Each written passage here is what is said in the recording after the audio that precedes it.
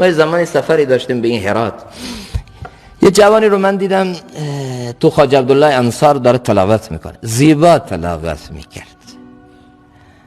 من از دور داشتم نگاهش میکردم، با یه لطف تلاوت میکرد.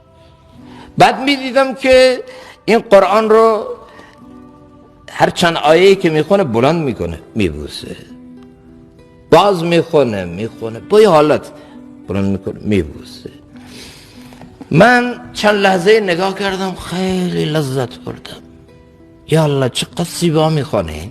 مزاحمش نشدم تا تلاوتش تمام شد. رفتم پیشش، گفتم از کجایی برادر؟ از افغانستان؟ گفت نه من از ترکمنستانم. گفتم اینجا چی کار میکنی؟ گفت والله تعالی قصه من درازه، بیا بریم با هم یه چایی بخوریم. رفتیم نشستم.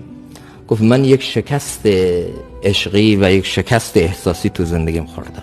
نامه قصهش مفصل بود، ما دانشجو بودیم، چنین شد چنان شد، نامه‌هایی از یک محبوب من میرسید، هر جا اسمش بود بوسه میزدم، چنان نامه‌هاشو که میخوندم حسی حالی داشتم، تا ای که او مرد و با مردن او الله من رو با خودش آشنا کرد و من فهمیدم عشقی که از پی رنگی بود، عشقی نبود عاقبت ننگی بود.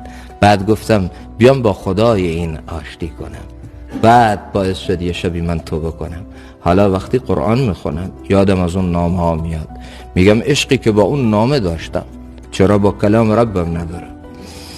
اسم او رو میبوسیدم، چرا هر جا اسم الله تو کلام او میاد نبوسم؟